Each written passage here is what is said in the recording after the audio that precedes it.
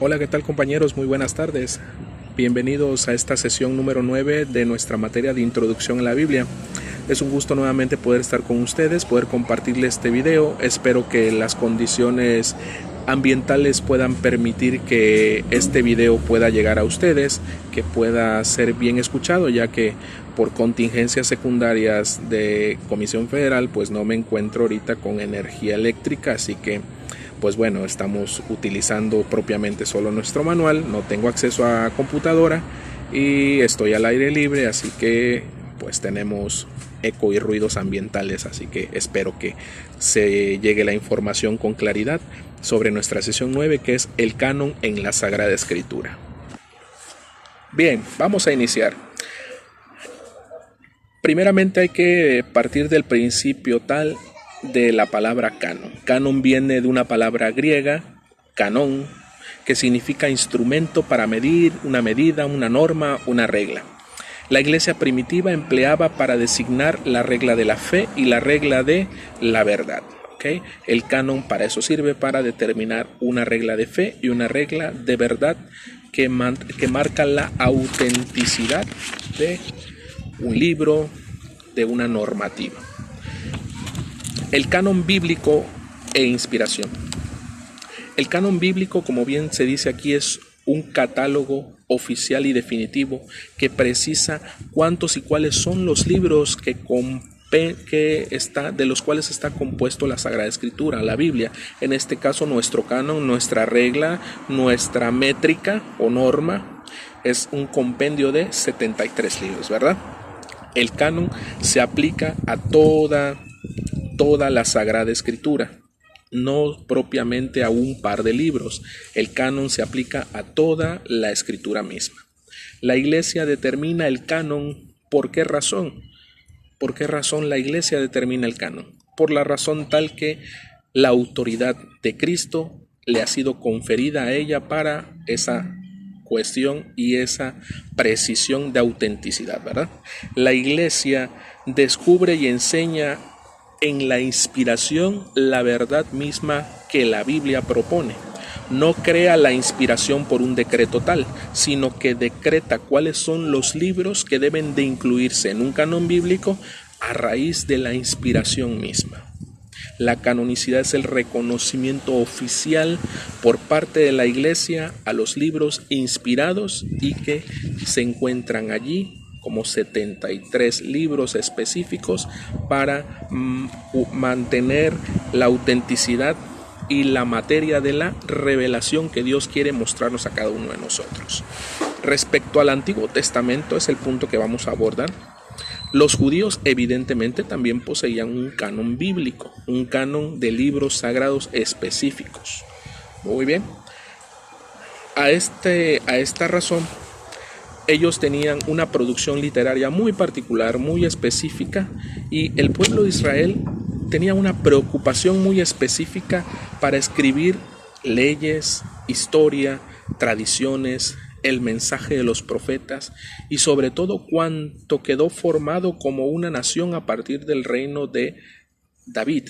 Entonces, todo lo que el pueblo de Israel se preocupa por redactar y escribir es su Torá, es su Nebim y es su Ketubim, lo que hemos visto en algún momento, su ley, su historia, sus tradiciones y los profetas.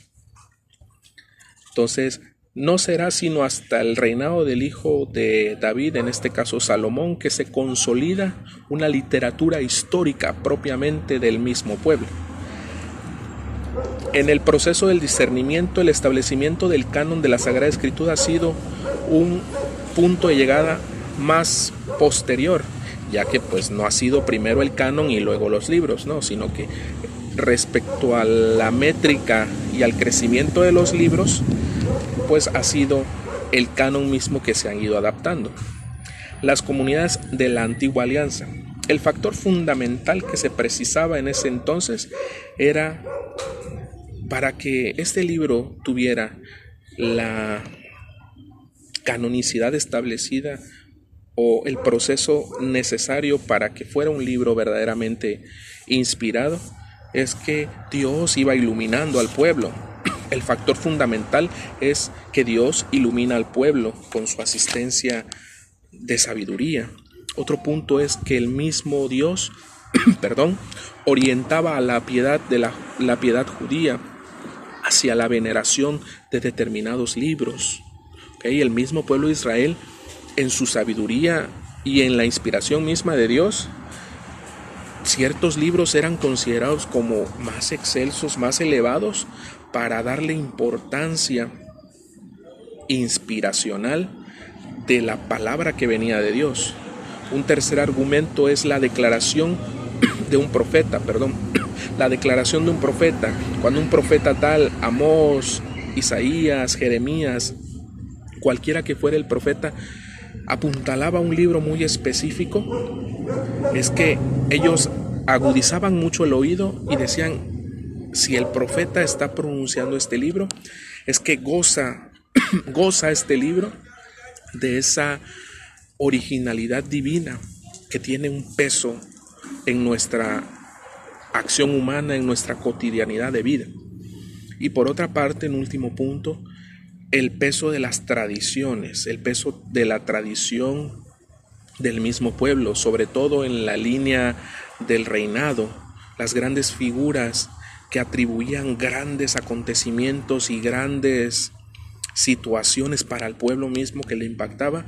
En este caso, la figura propia de Moisés, la de David, Salomón, todos aquellos reyes que marcaron la tradición misma del pueblo. Por tal razón, también para las comunidades hebreas, los textos son propiamente un patrimonio de vida, un patrimonio histórico y cultural.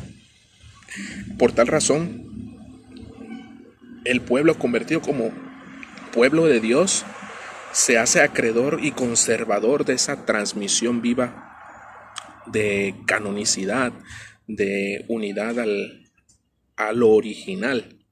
Para Jesús mismo la escritura tiene una connotación tan profunda de autoridad y de referencia que, como él bien lo dice, yo no he venido a abolir la ley, sino he venido para darle cumplimiento y cabal cumplimiento. Entonces, eso que está escrito, tanto para Jesús y luego para los apóstoles, por ser judíos, le da la magnanimidad a esta escritura, porque hace referencia como un punto de partida para que en él y después de él se cumpla en esas palabras. En consecuencia, el Nuevo Testamento por tal razón custodia y testimonia su veneración de estos textos sagrados del pueblo judío, esta transmisión misma del pueblo judío. El canon israelita en los tiempos de Jesús, había un canon, ciertamente un canon israelita, ¿ok? En Israel la idea del libro sagrado data, dice en nuestro manual en la página 88, data aproximadamente del año 621, durante la reforma del rey Josías, rey de Judá, cuando rehabilitando el templo el sumo sacerdote Hilquías descubrió el libro de la ley. ¿Cuál es este libro de la ley? Segunda de Reyes. En Segunda de Reyes 22:8 ahí nos dice el libro de la ley. Si lo quieren investigar en su Sagrada Escritura, allí se encuentra. Fue recibido con gran veneración este libro, ¿verdad? Pero será hasta los tiempos de Cristo cuando ya haya un canon claramente formado del Antiguo Testamento. Por tal razón habrían dos versiones, una versión que es la versión palestinense y una segunda versión que es la versión alejandrina. La primera versión, usada propiamente por los judíos de Palestina, contenía un total de 22 libros. ¿Cuál era la razón tal? Porque estos 22 libros son igual a las 22 letras del alefato o el alfabeto griego, y por tal razón habría que reducirlo a 22, y por ello reducían y juntaban cientos libros. ¿Okay? Hacían unificaciones artificiales. Por tal razón, la versión de la Biblia contenía un total de 39 libros, los cuales son los que en la actualidad el Antiguo Testamento está compuesto para la versión palestinense. Por otra parte, la versión alejandrina es un canon alejandrino, surge aproximadamente a inicios del siglo III y aquí es propiamente la traducción de los libros del hebreo al griego, como esto ya se los había yo propuesto, se los había yo y esquematizado en algún momento en alguna clase. Fueron textos que se dieron fuera de Palestina, ¿ok? Los judíos de la diáspora, estos judíos que vivían fuera de Palestina, fuera de la región propia donde ellos habían nacido, incluía siete libros escritos originalmente en griego. ¿Cuáles libros? Estos libros llamados los que hoy conocemos como los deuterocanónicos: Judith, Tobías, Primera y Segunda de Macabeos, Libro de las Sabidurías, Eclesiástico y Baruch, además de algunas partes de Esther y de Daniel. Okay. Su versión contaba con un total de 46 libros y corresponde lo que conocemos como la versión de los 70. La versión de los 70. A partir del sínodo de Yamnia del 95 al 100 aproximadamente después de Cristo, el judaísmo oficial se decidió por la versión palestinense, pues era lógico, ¿verdad? Excluyendo por tal razón a estos 7 deuterocanónicos. Este sínodo tomó como criterio 3 aspectos: 1, la inspiración divina; la santidad de los libros, que ya como 4 puntos ahí los abordamos; y por último, la originalidad escrita en hebreo. Esta última fue la causa ya esencial para que ellos manejaran esta versión de los 39 libros. ¿Okay? Este fue el último criterio y el criterio determinante. Por tal razón descartan esos 7 libros de la versión alejandrina que están escritos en griego, ¿verdad? Por otra parte, en el canon del Nuevo Testamento, ahora nos vamos a la siguiente parte, pues es evidente que la literatura cristiana de la iglesia primitiva, pues es evidente que iba a contar con una vasta bibliografía, ¿va? La primera generación cristiana conoció, es lógico y eso sí lo sabemos, un vasto número de libros canónicos y no a la vez. Y fueron los primeros padres, los santos padres, los escritores de esa época quienes estaban preocupados y preocupadísimos, diría yo, por precisar la verdad que de verdad, que de manera correcta debía de vivirse como una vida doctrinal, una vida que fijaría la vida misma de la iglesia. Comienza por tal razón en esa época, en siglo II aproximadamente, a difundirse obras apócrifas, obras que se le atribuyen falsamente autoridades de origen apostólico, muchos ciertamente de origen herético. Se inicia entonces la reacción de dudar la canonicidad de ciertos libros inspirados y sobre todo de los más difíciles, que evidentemente en esa época pues tenían difícil interpretación, ¿verdad? Entonces, la lista más antigua que poseemos es el canon de Muratori de finales del siglo II aproximadamente, y serán los santos padres de la época quienes van a determinar tanto en Oriente como en Occidente de manera unánime la canonicidad de 27 libros del Nuevo Testamento. ¿Cuáles criterios fundamentales se utilizaron para fijar tal lista? Pues que formen parte de la tradición apostólica. Ese es la línea clave para determinar la canonicidad en el Nuevo Testamento, que vengan de una línea apostólica, de una tradición apostólica, ¿okay? Asistida evidentemente por el Espíritu Santo. La tradición no es una decisión, dice aquí en la página 90, sino una corriente de vida, experiencia divina en la cual van a intervenir los siguientes factores. El primero, la certeza de que Jesús y los apóstoles habrían reconocido al Antiguo Testamento como escritura sagrada, a partir de ese principio. El segundo, que el Nuevo Testamento contiene la auténtica predicación de los apóstoles. Tercero, la constatación de su conformidad con la regla de la fe.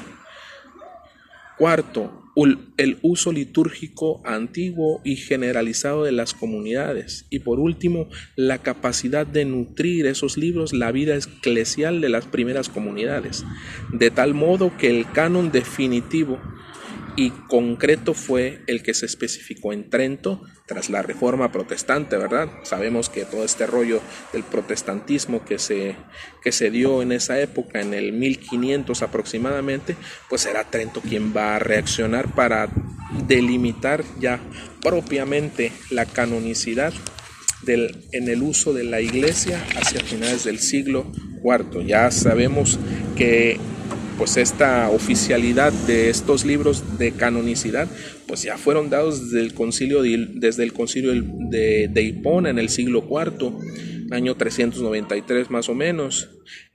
Posteriormente ratificó el concilio de Florencia, luego Trento y ya por último Vaticano I y Vaticano II, ¿verdad?